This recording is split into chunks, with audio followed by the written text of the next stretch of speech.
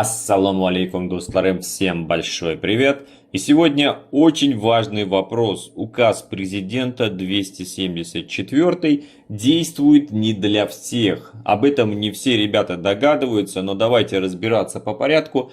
18 апреля 2020 года Владимир Владимирович Путин подписал указ 274, несколько раз его продляли, и последний раз 15 декабря его продлили аж на полгода. Но там есть определенные условия, что полгода он будет действовать только для граждан, с кем не открыты границы. Из стран СНГ на тот момент границы не были открыты у нас с Таджикистаном, с Узбекистаном, с Туркменией, с Молдовой, с Украиной, с Азербайджаном, с Арменией и еще другими странами. Вот с кем граница открыта не была, указ действует до 15 июня.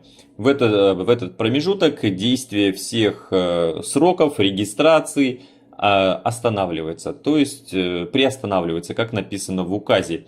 И, соответственно, не то что продлевается, просто приостанавливается до 15 июня течение всех этих сроков. Но есть у нас другие страны, с кем граница уже была открыта на 15 декабря. Друзья, это у нас Казахстан, Киргизия и Белоруссия. Из стран СНГ вот эти три страны конкретно имели открытые границы с Российской Федерацией. Начиная с 15-го, ровно 90 дней, согласно продлению, будет действовать этот указ для казахстанцев, кыргызстанцев и белорусов. Так что будьте обязательно внимательны, потому что вот эти 90 дней закончатся 14 марта. Совсем буквально осталось чуть-чуть больше одного месяца, и нужно быть аккуратным. Дальше мы рассмотрим Узбекистан и Таджикистан. Да? Эти ребята сейчас до сих пор не имеют открытых границ, и сейчас вот на данный момент, на 11 февраля 2021 года, указ действует до 15 июня. У нас через 4 дня открываются еще две страны официально постановлением Михаила Мишустина. Это у нас идет Азербайджан и Армения. Две страны СНГ еще открывают свои границы официально. Будут рейсы, я об этом видео делал. В Ереван будет 4 раза в неделю, в Баку будет 2 раза в неделю для начала. И вот с 15 начиная февраля ровно 90 дней остается у всех мигрантов из Азербайджана и Армении, чтобы решить свои вопросы по нахождению в России, по легальному нахождению в России. Действие указа 274 для этих граждан закончится 15 мая. Поэтому будьте аккуратнее. С 15 февраля, как только постановление вступает в силу, даже до 14 мая, вы имеете право находиться в Российской Федерации. Течение всех ваших сроков регистрации, оно приостановлено до 15 мая. Друзья, вот такая вот история. Соответственно, если вдруг, допустим, в течение этого срока, в течение февраля, откроется еще граница какой-нибудь другой страны, Узбекистан, Таджикистан, Молдова, возможно, еще какая-то другая страна, друзья, тоже течение этих сроков начнется с этого момента 90 дней. Допустим, если 1 марта откроется у нас граница с Узбекистаном и с Таджикистаном, то все ребята из Таджикистана, из Узбекистана, кто сейчас в России находится с разрешением, либо просто без регистрации, потому что срок закончился, они должны будут покинуть страну до 1 июня 2021 года, либо узаконить свои права на нахождение в Российской Федерации. Что это значит? То есть, допустим, 1 марта у нас открывается граница с Узбекистаном. Все узбеки имеют 90 дней, чтобы либо получить РВП, либо получить патент и законно находиться в Российской Федерации, либо там, может быть, возможно, еще какие-то другие документы. Если вдруг, допустим, после открытия границ 90 дней прошло, и вы не узаконили свои правоотношения с Российской Федерацией, то есть у вас нет регистрации, вы находитесь тут нелегально, не работаете, то вас просто-напросто поймают и депортируют. Ребят, вот этот вопрос, он на самом деле очень актуальный, потому что не все понимают указ 274.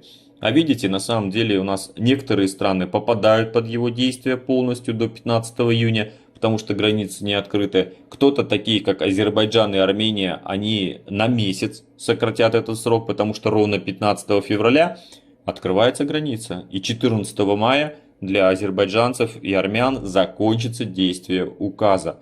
Ну а для ребят, которые у нас белорусы, казахстанцы и кыргызстанцы, для них действие указа заканчивается уже 14 марта. Осталось буквально месяц с небольшим. Надеюсь, вот данная информация доступно объяснил и понятно, потому что много возникает вопросов, ребята пишут, действие указа продлили на полгода. Ведь продление вот этого указа, оно не дает вам возможность работать без патента.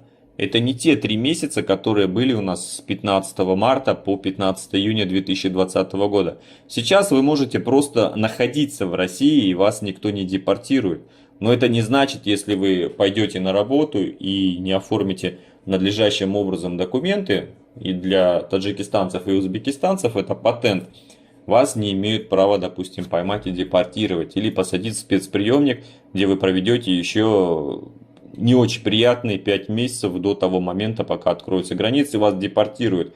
Поэтому здесь тоже на тоненького все у нас так расписано. И будьте внимательны, что работать без патента в любом случае не разрешено. Много что говорили на различных каналах. Единственное, что в этом году ожидается, это, конечно, у нас возможное вступление Узбекистана в Евразийский экономический союз. И только вот этот шаг, только он может позволить Узбекистану, узбекским мигрантам отойти от патента. Но пока этого не произошло, и в ближайшие 2-3 месяца это точно не произойдет, потому что у нас в ближайшее время Шавкат Миронович Мирзиёев прилетит в Москву, несколько там документов они порешают. Следующее заседание ЕАЭС не так близко, не так скоро оно будет. И поэтому придется просто, ребят, ждать, находиться в режиме ожидания, пока все идет к тому, что действие указа для узбекистанцев, таджикистанцев закончится 15 июня. К этому моменту, дай бог, откроют уже границы. Все заработает по-прежнему, потому что действительно ситуация в Российской Федерации стабилизируется. Мы видим, что и на стройку уже ребята полетели из этих двух стран, из Таджикистана, Узбекистана, скоро на сельхоз и, возможно, еще на какие-то другие. Поэтому, если видео вам действительно понравилось, ставьте лайки, подписывайтесь на канал, нажимайте на колокольчик, чтобы не пропустить следующую новость, которая выйдет уже совсем скоро. Ребят, вам удачи, здоровья, хайр, саламат, блин.